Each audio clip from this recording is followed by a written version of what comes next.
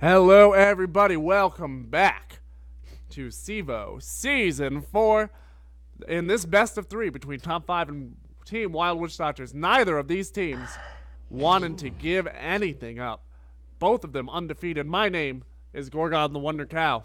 We are sitting on a 1-1 series, and I'm joined, as always, by my good friend Toffees. Hello, happy to be here. Excited to do the last. This is the BO3. This is the three. How often we get to see threes? Not very often. So excited to be here. Hoping your voice holds out because you have been having a very good time casting. So those of you who are just joining us, settle in and grab your chairs because if this game is anything like the last game, your hats are gonna get blown off. I am gonna go through the draft nice and slowly. Make sure we don't blow anybody's hats off right We'll out of the add gate. And we'll then, add a bit of a twang, have some yeah. fun with it. Exactly. Moving through nice and mellow like, because when we hit this game, it's going to be all engines forward. I don't understand why Mello has to be country. Anyway, it's awesome though. Top 5 doing exactly what they did last time around. They banned the Knicks. They grabbed the Nature's Prophet. It worked for them. It worked for them in the first game. They lost the second game when they chose the opposite strategy, and you'll notice they're right back to the initial play. All right. Top 5 is, taking that Nature's Prophet, which worked out so well for them before. And it's worth noting that Team Wild Witch Doctors, they really, really like this Dire side. They did pick the Dire side this time. They had the opportunity to grab Radiant. Most teams prefer Radiant. Wild Witch Doctors have a style of play specifically for their offlaner IX Mike, where he likes to be able to retire to the jungle very safely, and that's much easier to do on the Dire side. However, doing the stack pulls, doing the general early game rotations, a little bit easier for the Radiant. And for games that last less than 25-30 minutes, Radiant has a statistical advantage. So Wild Witch Doctors usually tend to pick for a more late end of mid-game centric lineups, and that's presumably what we're going to see here with the Invoker Bane, possibly a Mirana coming out for Wild Witch Doctors as well as a secondary support. I do want to point out the respect ban on that ancient apparition. Oh yeah, that First, ancient apparition wrecked top 5. he was destroying them. That combinations they were throwing out were like ridiculous. So huge respect ban when you see that ancient apparition go out first. If top 5 does not get rid of the Clockwork here, I would be shocked, because Clockwork also, IX Mike landed hooks for days. They're going to get rid of the Timbersaw, and I can't imagine a world where I'm more scared of Timbersaw than I am of IX Mike's Clockwork after that last game. But top 5, not wanting to deal with the Timber. Yeah, that Timbersaw just has so much good, strong damage output and stops pushes. And it looks like top 5 is considering some hard push here. So obviously the Chakram and the ability for Timbersaw to move back and forth across the creep waves makes him a threat to any push strategy that would be picked up by top 5. Yeah, and obviously, why would you go with something other than the Clockwork if you are Wild Witch Doctors after it worked out so well for you? That Clockwork is going to combo into the Tornado EMP so well, or if we are going to see the old school Sunstrike style Invoker, that also sets up the cogs is basically the exact size of a Sunstrike. So either way, Clockwork is going to be able to engage and have global initiation potential coming out, just like as though he had that AA. So yeah, I'm gonna put my money where my mouth is and say we're definitely seeing a Quaswex in this match.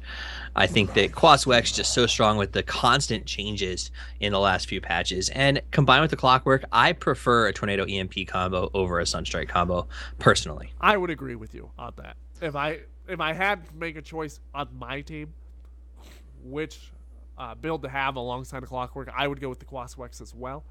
But it's depends on if Wild Witch Doctors want to go with any sort of push, which I don't expect they're going to really focus that too hard. Like I said, they pick Dire, and they typically go for a more mid-late game style strategy that really focuses on killing heroes early. Lifestealer going up for top 5.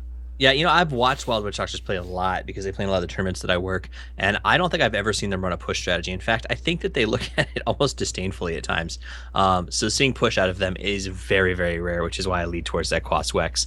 Lifestealer picked up by top 5. They were destroyed by him last time around, so now they're going to say, hey, we know how to do some Lifestealer bombs too. Now, do you think Nature's Prophet is the only avenue of delivery they're going to focus on, or are they going to try to pick up another high mobility mid to deliver him as well, like a Storm Spirit? I think they're going to grab the puck. That's my Yeah. that's my estimation. If Puck is not banned, I think that's going to be their pick. We'll see if they want to grab him right away, if they want to grab their secondary support. Because it looks like they are going to go for a more push-style strategy. They seem to have their finger on the pulse of Wild Witch Doctor's form of play, and they know that the first game they did very well when Wild Witch Doctors were caught off guard by the push, weren't really able to handle it. So Top 5 says, well, let's just do it again. They grabbed the Shadow Shaman instead of the Pugna. I don't expect to see a Pugna mid, although we could. I think the Puck mid is probably where we're going to see, and I'm trying to think what we might see in terms of a secondary support. Somebody who goes into aggressive tri-lane very well. We might see a Visage if he's not banned out. Oh, the Pugna has been banned, actually. I didn't even notice that. Pugna has been banned out. So Visage not banned out. We could see him pulled out. Sand King also could come out here for Top 5 as a support. Those would be the two that I would expect. Yeah, I think that a little more lockdown and stun would do them well. I like the Earthshaker pick from Wild Witch Doctors for that second support position. And for the hard carry, I'm curious to see what they go with here. I think Razor would be a good pickup for them. I also would love to see a Faceless Void deployed in this situation. I hope. For Wild Witch Doctors? Yeah, I just really enjoy his play, and I think that he is really, really strong against that Lifestealer. He also prevents Nature's Prophet from being able to come in and assist in the saves. So when you can isolate the Lifestealer, catch him in, you can really kind of lay out on the transition, because I think what we're going to see is a lot of transition from Top 5 to try and lean on Wild Witch Doctors. So very late game, I would prefer to see a Morphling or an Anti-Mage for Wild Witch Doctors. I feel like Void is too cooldown dependent to deal with a Nature's Prophet buyback or Nature's Prophet teleport push. He blows everything with the Chronosphere, and at that point in time, the team fights over for Wild Witch Doctors in a big way. They're very cooldown dependent at the moment with the Earthshaker, if they grab the Void, and they start falling behind in towers pretty quickly, I suspect. The Luna would be a pretty solid mid-game pickup, and I expect them to go for something more mid-game rather than that super late game. So I don't expect that Morphling, that PL, that AM, that Void, although all of them are on the table and kind of fit the general vibe that Witch Doctors are going for. Yeah, so I'm interested with their pickup is here. Obviously, I have seen them float Invoker down into the 1 position before and pick up a second mid that they like the lockdown on. I don't know if that's going to be the right play here, but it is a possibility. So they're not one of those teams that is a Invoker mid no matter what. So Top 5 decides to go for the Enchantress as a jungle support. Enchantress instead of Chen. What that tells me is that they might still be considering doing this aggressive with the Enchantress in the aggressive jungle. You can't really effectively run that Chen out there, not nearly as survivable as the Enchantress, but running the Enchantress there, very, very doable. Will allow for some quick rotations, will allow for some early levels. That also gives them a nice slow, some stuns out of Centaurs or nets out of the Satyrs. So, I don't, it's hard to call. I think if I were laning this, I would run that as an aggressive tri-lane from Top 5, assuming that they feel comfortable. And they are going to grab the puck. Once again, no surprises there. Yeah, I think it maybe if Death Prophet hadn't been banned out with this lineup, they might have considered that. But I like Puck. I think Fly plays him very well. And like you said, it is going to fit very well with this Lifestealer bomb delivery system.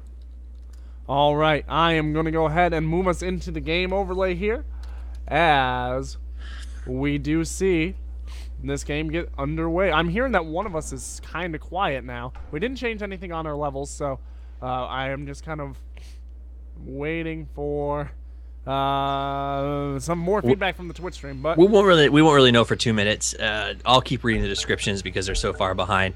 But in case you guys are curious, this guy speaking right now is Toffees, and the other guy, that's me. My name is Gorgon, the Wonder Cow. And for those of you asking where you can find us, you can find Toffees over at Toffees_Dota2, and you can find me over at GotCowDota, both on the Twitter. All right, so we're going to go ahead and run through our players real quick, as the obligatory early game pause was very, very quick today. So I'll start with the Dire side, and we've got Team WWD with WWD himself playing the Weaver on that aggressive lane. We've got Pillows playing the Bane. He does not have any smokes, but he does have Sentry Wards. Oosh is going to be playing the Earthshaker. Over in the mid, we've got SNA playing that Invoker in his classic position, and IX Mike 88 will be playing the off lane. No surprises there. All right, I love this aggressive try coming out of WWD. A lot of potential to really harass down any defensive lane. With the Enchantress in the jungle, it's going to be 3-on-2, and they're just basically all that they're banking on is that top 5 is not going to run the aggressive try or the aggressive pseudo try with the jungler, and it does not look like that's on their mind. So I think WWD setting up for a pretty successful laning phase. All right, looking through our players for top 5, we do have Whatever hanging out on the Enchantress. We've got Don't Worry, I'm Here zapping up on that Shadow Shaman. 1-2-3 is going to be eating his heart out on the Lifestealer. In the middle, we've got Fly soaring around on that Puck, and it looks like in the off lane, getting the lane a little bit late because he's microing his treants, is going to be Shanks. Down by the bottom room right now. By the bottom room, we do see some action as, yeah, I get there just to see Shadow Shaman knocked down like a game of whack-a-mole with the big old hammer for first blood. Basically, what we saw is a big rotation around this way to drop that aggressive ward for the Dire. At the same time, Shadow Shaman was dropping this ward right here, and as they came out from the aggressive ward drops, Shadow Shaman just walked into the pit of doom. Oh, that really hurts, especially considering this aggressive tri lane should be working out so well for WWD. Not only do they have the Bane, who's going to be able to enfeeble 1-2-3, which is really going to hurt his farm. Weaver's able to dive extremely far, and they have the very long-range stun coming out of the fissure that also provides impassable terrain bonus. Yeah, and it was really just bad timing luck by that Shadow Shaman. It wasn't, WWD wasn't moving on there thinking that there was someone there. He just happened to come out of the shadows at the exact wrong moment. And we do see dust. Very early as the smoke comes out. But look behind him. Look behind him in that mid rotation. We're going to see Pillows and Oosh move in as well. And they're just going to wait outside of here. No smoke for them as, yeah, it looks like the supports for top 5 are going to rotate all the way around. And they're rotating all the way around a little bit later. Spaceship goes out there. It's going to be the Fissure and some auto attacks as Fly goes down. Those supports are now going to try to run in as Whatever. Throws down the net on SNA. SNA taking some auto damage, but he is going to make himself invisible as Oosh tries to retreat as well. SNA taking the slow from the Enchantress and some auto attacks, but he will not go down. Very, very nice from WWD. And yeah, top 5 trying to rotate around maybe a little bit too far there. Yeah, once again, just really honestly bad luck. I don't know what could have happened for them to change that. They had to go from the other side. They were smoked. They rotated around. They thought they had time, and it just happened to go bad because Team WWD had the exact same idea. Yeah, and WWD had a better sense of what was going on than they did because they have not seen any counter warding, so they're going to know where Enchantress is. And if Enchantress isn't anywhere, then she's going to one of your lanes. So great play from WD, good map awareness, good instincts, which shows you why they play as well as they do. Yeah, and Pillows, or excuse me, Don't Worry, I'm Here, is being harassed down by Pillows here in the bottom lane as the Weaver takes the top of the last 69, and Clockwork grabbing a Puck up top. From that rotation, Puck rotating out pretty early, and I'm not 100% sure what he was doing up there. Did you catch that? I did not. I was looking at some Twitch chat stuff that we got fixed, so my sincerest apologies. I should have been watching that ping for you. Oh, well, you know what? Twitch chat also important, and there's going to be a lot of kills this game, it seems, so missing one, maybe not the end of the world. We are looking at SNA sitting here in the mid, uncontested now for quite some time as the Puck isn't even going to teleport out. He has the money, but he's saving up for his bottle and does not want to spend it that way. Yeah, and during that gank, on down the bottom, another big one here. Whatever caught out. Whatever is going to be auto attack down by the Weaver, and that's going to be kill. 1-2-3 moving in on this. There's going to be the Sheep coming out of the Shadow Shaman as, some very nice blocking from WWD, and there goes the Fissure, and there's going to be another auto attack. That's 5-0 in favor of Team WWD. WWD not only had epic body blocks on the Lifestealer, but also on the Enchantress as well. Enchantress, I don't know if you saw that, tried to run right and got body blocked so hard by WWD that she turned around and tried to go the other way. Wow, that is very stellar body blocking, and this aggressive tri-lane working wonders. Running an aggressive tri-lane anytime you know there's going to be a jungler, typically a good call. Yeah. 99 out of 100 times, if you have the makeup to do an aggressive tri-lane, and there's going to be a jungler, oh wow, Shanks is going to go down to a missile here. The rocket taking him down. He just let himself get way too low. And this, SNA down the mid's got Fly in a bad position. I don't think he has enough. Oh, there's the Fissure though from long range. There's a very nice spaceship, and Fly will get away with his bottle, getting back into shape, eating and tangle, and maybe wants to re-engage as he does have Shanks teleporting in. Shanks is going to miss the courier, is going to miss the engagement, and he is going to walk home an empty-handed man. Epic Fisher followed by even more epic phase shift. That was, yeah, that had the makings of a very good play from both teams. Neither team really making too much out of it, but 6-0. That is not a disconnect error for those of you who might just be joining us on Twitch. That is the real score, 6-0 in favor of Wild Witch Doctors. They are sitting at a very steady gold at about 3,200 in favor at 5 minutes. Oh, there's a new gank here on Ice Mike as he is crowded and he's trying to get back. He is going to eat through the trees, but not soon enough to avoid the shackles. The Centaur is going to stop but miss. Enchantress is going to grab that auto attack for the kill before the Cogs goes down. So a very nice rotation. Does secure them a place on the scoreboard, and they are also going to push this tower. Now, down in the mid, it looks like we have another gank going here. If Puck steps out, if Fly takes another couple of clicks here. There are no TPs on anybody in this game, so there's going to be no reaction to that top team. Oh, and Fly is just going to walk out and see him. And Usha's just going to back off. They really don't have the ability to lock that Puck down unless they catch him off guard. Yeah, no, it was a very fortunate that Puck wandered through the woods at that exact moment. So big play, and that's actually going to allow them to get this top tower because the supports were holding because they felt like an exchange Puck for tower was going to be worth the trouble. But because of Puck's rotation and instinct to just check things out, they end up getting the tower with no losses whatsoever. All right, the top 5 manages to grab the first tier 1 in the game with their opponent's top tier 1 tower. And they are now, looks like, rotating down towards the mid as Invoker does throw out the tornado in the mid lane. And Oosh, the Earthshaker, is guarding a regen rune for SNA, who has come up and bottled it in the top river. And no, there's not going to be rotation on these heroes. They're going to force an engagement on the tier 2. There's still not a level 6 out of Shadow Shaman who's level 3. So same for the Enchantress. It's hard to remember that this is only 6 minutes into the game. Yeah. And what I was going to say is that that tower was actually really important for top 5. Oh, IX Mike expecting the rotation the same as us. Comes out a little bit far, but he goes on very nice touch. He's going to re-engage. And ooh, with the rocket flare, is able to secure that kill. Shanks is going to get away. And before he's stunned out, however, whatever, not so lucky. Some body blocks attempt coming out of Oosh, but Oosh is just going to miss him. There goes the Nature's Attendance as the auto attacks are coming out. Weaver is going to try and move up. He does manage to grab that attack, and the tornado would have secured it if the Clockwork didn't. But that is a multi-kill goal in the way of IX Mike, and that is now 1-8. Top 5 showing why the expectation was that they were going to rotate. It was just too dangerous to be up there. Absolutely. And what we were saying a little bit before that is that the Team WD had almost a 3,500 gold advantage at the 4-minute mark, and was pulled back significantly by top 5 by over 2,000 gold, and then just now right back to where it was. So WWD doing a good job of every time that they give an inch to take an inch themselves. Yeah, and they're taking more than an inch. For every inch they're given, they're taking a foot, maybe a meter. Oh, as Puck, very nice face shift. He throws down the times, only grabs the Bane, throws down the Dream Warrior. There's going to be a re-engagement here. Pillows just shoots out. He's getting some auto attacks. He's sprouted in one. Some more auto attacks. Tornado goes out, trying to re-engage. Trying to give Pillows the space to get away. There's some more auto attacks as Trios to try and chase, but they are blocking everybody on top 5 teams. Oh, Bane is going to try to go up the high ground. Azuchi is going to block out the Shadow Shaman. He is now stunned. He's going to try to back away. SNA does not have the Tornado for another 15 seconds. He's not going to be able to re-engage as the Bane does go down to Shanks, who manages to catch up on the virtue of his phase boots, which has come out now. And that is going to be a 1-hero swing in the way of top 5. A big engagement for both teams. But IX Mike is looking to make something happen down here in the jungle. Yeah, Shanks put up a hell of a chase. That was OJ level LA interstate chase. Followed him deep into the woods and was finally able to catch him. He was just too slow.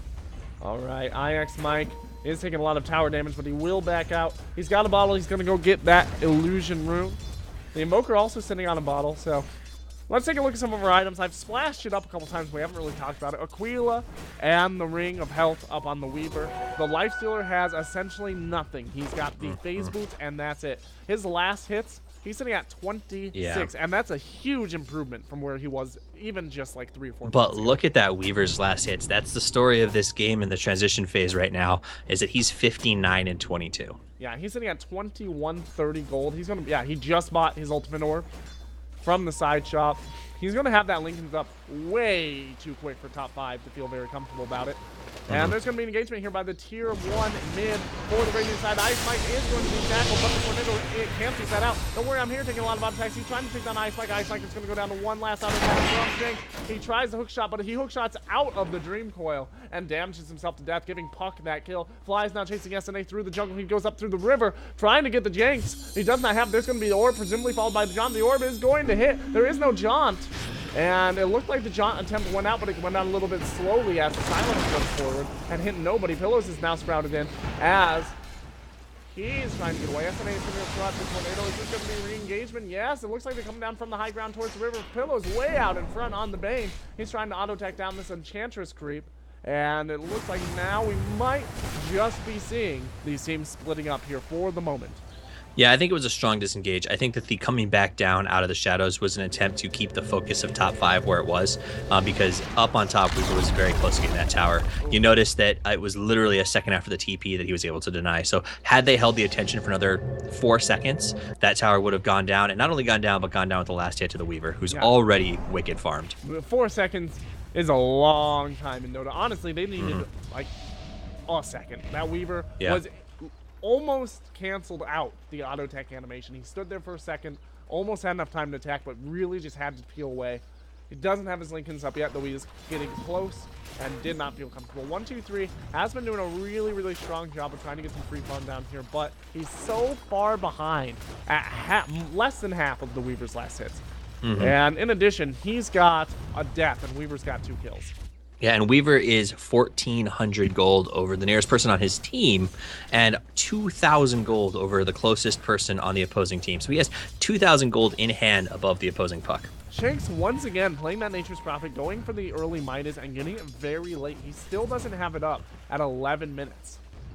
And we saw that happen last time. Yeah. The slow Midas, but also he was, I don't know if you remember that couple of ganks up on the top lane, even in this game, he puts himself in some bad positions. I'm going to interrupt you. Ice Mike is going to move on Shanks. He is going to go throw out that hook shot. He throws down the flare there, and he is trying to take down the Nature's Prophet. He is going to get the Nature's Prophet.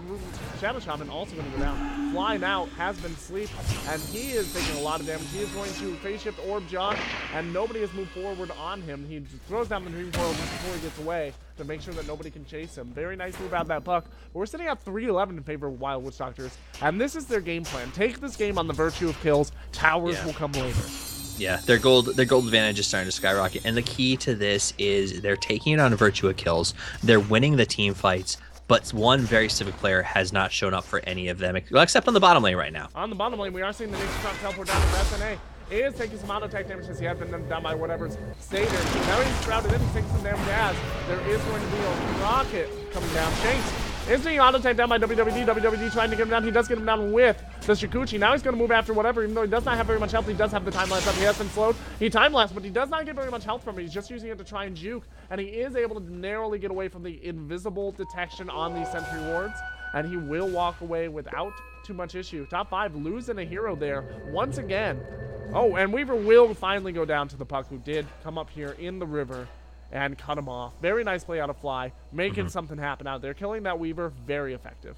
Yeah. So they had to work their butt off to catch him. That's finally able to catch that Weaver and get a kill is important. And that was the first team fight really that Weaver's shown up for. He's done nothing but farm at this point. And it shows with the fact that he was putting a ton of damage on the heroes he was choosing to fight. Yeah, getting that Weaver before that Lincoln's goes up, very important. Also, a little bit of gravy on top of that kill. Yeah, you did just lose a hero, but that means that Weaver had a killing spree when you killed him. A little bit of extra gold. So yeah, that does help a little bit. Blink Dagger is up on the Puck. Force Staff is up on the Clockwork. Drums are up on the Invoker. Weaver is narrowly missing his Lincoln. He'll have it up any minute now. Probably before 14:30. He'll have that up. The Enchantress is working on a, I assume, mechanism, but very far away from it. Lifestealer does not have his arm lit up yet. So we're still pretty early in this game. Big items not yet coming out, other than the Blink Dagger. Yeah. And I think that I do want to point out top 5 has done a good job of cornering off the bleeding, I guess putting a tourniquet on the bleed. They, for the last 2.5 minutes, have been able to stop the constant loss of experience and gold that they were suffering at the start of the game. Yeah. And they're starting to very slowly regain control of that. So they are doing what they need to do to get themselves back into this. Absolutely, to overuse the phrase one more time. In the bottom, we are seeing engagements fly in. Has the life stealer inside, and he is going to be moving around. The life stealer pops out with the green foil. SMA is taking a lot of untaken damage as the race without vision. He is trying to summon. It's not enough. The green foil has enough. There's going to be shackled there. It's going to be the orb, and that is going to be that Evoker Ice Mike goes ahead and hook shot down. Shanks is going to take his last breath as Ush is trying to get away, narrowly escaping here. The Bane is trying to re-engage here on the 1-2-3. Don't worry, I'm here. Has been caught out. He's going to go down to WWE. There's going to be the ultimate on 1-2-3. 1-2-3 takes some auto attacks from WWE as well. Ice Mike is going to drop the cogs, and he's going to trap the life stealer inside with him. And that's a 4-for-1 trade in favor of Team WWD. Wild Witch Doctors really starting to feel like they can just roll towers.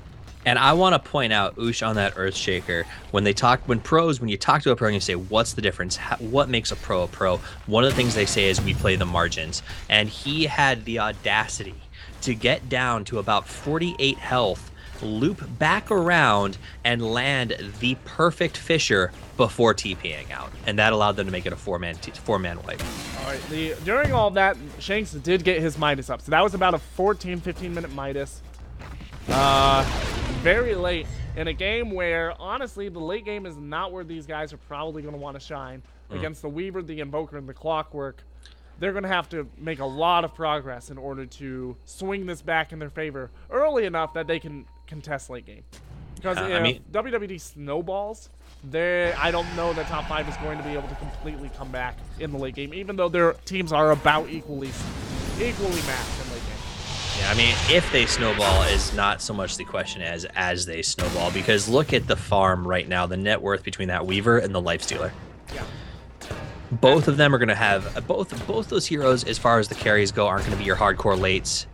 Down the bottom, WWE Fly, nope, does not pan out. But neither of them are going to be your hardcore late games. They're going to be that sort of transitional mid to lates, and they come online, in my opinion, around the same time. So having Weaver that far ahead is going to put a real hurt on this team of top 5. Yeah, between Lifestealer and Weaver, I would agree with that. Lifestealer and Weaver should be coming online around the same time. They obviously have different methods of play. The Lifestealer wants to be ganking by virtue of his supports and his mid by some rotations, but he really wants to be able to start a gank and roll it into a team fight, able to sustain himself longer in situations where he has more heroes to attack. So, whereas the Weaver really does like to move in, grab heroes like the Nature's Prophet who are going to be off on their own. And SNA is just sitting back here. He's waiting for the Tornado. There goes Tornado, the EMP, whatever. Turning around, the EMP doing a massive amount of damage to both the Rasta and the Nature's Prophet. And they're just going to back out. That EMP has been clutch for them in this game so far. It's been used very, very effectively on these team engagements. Combined with that Clockwork, just like we predicted, has just been difficult for them to deal with. And then the second that they come out of the Clockwork cogs, Earthshaker's following with that giant Fisher every single time, and it's just putting top 5 in a really tough situation. Enchantress still pretty far away from her mechanism. Meanwhile, the Weaver has Lincoln's up, has a Mithril Hammer up, will be moving toward that Desolator pretty soon, and is going to move in for a free Roshan at this point in time. There is no vision on the terms of Radiant side that's actually able to see that. I'm going to switch over our vision to Dire here. You see, their warding is very strong. Radiant vision actually kind of lapsing at this moment. They've got their own, they have some moon vision on both sides, their own ancients, but other than that, nothing in terms of hugely useful vision. And I do want to point out that Lifestealer, it is 18 minutes into the game, and he has a pair of bracers in his boots and 400 gold left in his bank account. So he is having a very hard time getting those items that he needs to come online up and running. That Lifestealer should turn on around that 23 to 26 minute mark, and that means more than just a bracer. All right. I'm going to go ahead and request that you go ahead and pop into the Twitch chat because I do see some more mic questions, and I thought it's essentially the same thing. They said that you're getting quieter and quieter during those team fights. So I don't know if you are just rocking because you're so excited. What happens here is I start shouting at my mic, and then I rotate back to try and not blow you guys' ears out. I'm still not 100% sure where I am, I guess, in terms of that. I will rock back a little bit less as we get excited in these team fights. I also try not to blow your ears out as I get excited in these team fights. Appreciate your guys' patience as we find the exact equilibrium between my microphone and my mouth hole. Well, your sound is literally perfect when it's not a big team fight. So, just something to keep in mind, but it looks like we're pushing mid and we're pushing bottom at the same time. And Winners top. of this race will be top 5. Oh, and SNA is going to try and engage. He does throw out the tornado and manages to grab the Nature's Prophet. There goes the EMP, followed by the cold snap. Some nice mid-gank execution on that invoke, and he's going to grab a kill. Meanwhile, it looks like we have this engagement down here. 1, 2, 3 is going to teleport out after grabbing that tower. Whatever, however, is going to be held down by the Bane, and he's going to go down immediately as the Shadow Shaman tries to save him. There's going to be the Nightmare stopping that teleport coming out of Don't Worry, I'm Here, Don't Worry, I'm Here, taking a Rasta. What was that killed him? He threw out the lightning. Looks like it was a Weaver auto attack. I thought he killed himself for a moment. I got very confused because I saw the chain lightning or the lightning go out from the Rasta. No, it was the Weaver, and they lost the tower that they were going for, but then they lost 4. So the exchange definitely goes the way of WWD, and great play by them to wait till the right moment. That's the second time. I don't know if you remember them doing that in the last game, but they did. They waited till the tower dropped and rotated right on top of it to catch the opposing team off guard, and they did that again and did it really well. All right, and this is, I mean, it's been make or break time for top 5. They are over 10,000 in deficit of experience. They're about 10,000 in deficit of gold. They are not able to defend their towers. If they throw 1 or 2 more bad engagements the way of WWD, this game is about over. Yeah. WWD came on, I think, got a little bit of a slow start in the tournament today, and they maybe underestimated top 5, and now they're showing what they do. There's an engagement down here as the EMP does go out for whatever, takes some auto attacks, and it's going to go down. Good kill for them, but I essentially think it is top 5, like I said, new to the scene, been making quite a name for themselves, and has shown why you cannot underestimate them when you come into a match. All right. Well, yeah, we are seeing a slow push here potentially coming out of WWD. Just want to go ahead and say, because we do see a lot of items going out this game, a lot of activity. Anybody in the Twitch stream, make sure that you do stop by the DOTA2 store and grab our ticket for the CEVO matches. You'll be able to get yourself some nice swag. You'll be supporting North America competitive Dota. We'd really love to see you guys over there. Also, you'll, of course, be eligible for some item drops. And, yeah, you'll also be supporting these players in a big way. So, just one little plug there while we do have a slow moment as this tier 2 mid does appear to go down. Puck is once again going to go Lincoln. He's got a lifesteal inside of him. The Lincoln's just popped. There goes the orb. There's some auto attacks. There's going to be the chicken, but the Scoochie's up. He's a visible chicken running around. He is going to go into the time lapse. Now he's shackled down, and the impetus probably is going to catch him. Yes, it will. The agents just pop all the base, trying to hold down 1, 2, 3. He's going to be server warded in. That server ward's doing a lot of damage here. As the puck goes down, Ice might take in a little bit of damage from the server wards as well. Boosh has been chickened out, but don't worry, I'm here. Is being caught up by Ice. There's a big start coming out of Boosh. Now SNA going to charge up the high ground along with the Weaver. He's going to go and grab 1 more kill. That's a godlike streak, and Shanks finally gets his Shadow Blade up, grabbing that Lothar's, but that is way too little, way too late. He honestly went for that Midas too late in this game and has not really been a useful of a hero for his team. I mean, you saw him get soloed up on top by SNA, so it just puts him in a bad position when the Invoker can rotate up on you and get the kill. WWD, though, wins that fight 100% on the merits of the Aegis, combined with one of the best Earthshaker wall saves I've seen in a while. So Earthshaker was able to split that fight right down the middle, was able to get the stun on the hip of his 2 opponents so that he not only stunned them, but locked them out of the chase, giving WWD, or presumably Weaver, a good place to go down so that he could then pop the Aegis and come back into the fight without them having vision on him. All right, Ice Mike has his Ganoms whenever he gets the Courier. We also have Drums Force Half up on the Invoker. The Blink Dagger is now up on the Earthshaker. Yeah, this is... And, of course, the Desolator, as we have seen in these fights, has been up on the Weaver for some time. In terms of top 5, the Armlet has gone up on the Lifestealer. Mechanism still not up on the Enchantress. And Shadowblade went up on the Nature's Prophet. But honestly, that Shadowblade, kind of a questionable call because he's not going out and split pushing whatsoever at this point. They're going to be caught up in their base. Maybe he should have gotten some items to help with the team fight rather than some items to help with the split push.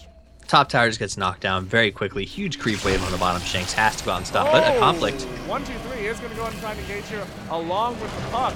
The puck is going to get away with an Orb John as Lifestealer goes down. Shanks has teleported in, but he goes and throws up his Lothars.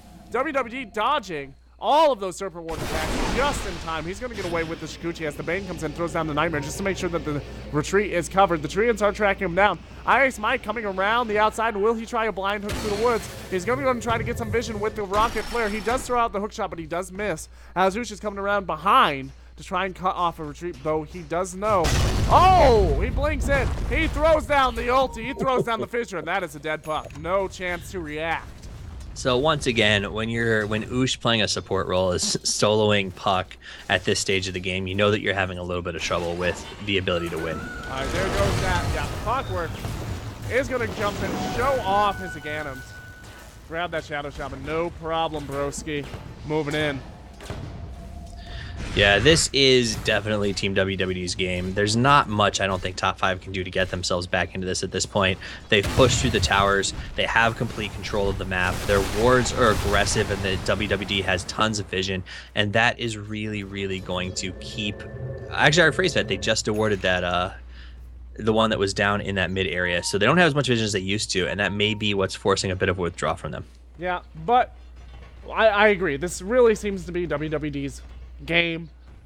I don't think they can lose it short of an epic throw. At this stage in the game, it's just, I hate to say the writing's on the wall. It always makes me feel just a little bit bad to know that a team is done, but they can't see the metrics we can. And can you really blame top 5 for sticking through it? There is, you know, a ghost of a hope that maybe WWD is going to ease up on the execution and that they'll be able to use their Nature's Prophet, get some split push, maybe get a little bit of farm back into this game. And with the increased prize pools of CEVO, you can't blame any team for sticking through it and trying to make sure that they're sitting through for those $5,000+ worth of prize pools. And that's the thing that we want to bring up is keep in mind this is a season. This isn't a short tournament. The players here are playing for a prize pool of over $5,000 for CEVO season. So you're going to see people stick around and fight to the bitter death. Whatever being blown up here is going to not go down because of the Shackles coming out of the Shadow Shaman. Very nice play. Now Shadow Shaman is going to go down. He is going to go and drop the Serpent Ward. There was a nice trap, but the time lapse was up on WWD. Meanwhile, the the Lifestealer does go down on the tail end of that, somewhere out here in the jungle.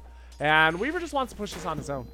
Yeah, it was a IX Mike caught himself an Earthshaker Lifestealer combo. Was able to finish off the Earthshaker very quickly, and then Shadow Shaman very quickly, and then Lifestealer goes down as well. Earthshaker's sitting down at 7, not even 7,000, 6,500 net worth. That's almost a moment where Ice Mike catches him and asks Paw if the fish is too small. Do I have to throw it back? Yeah. Like, that's...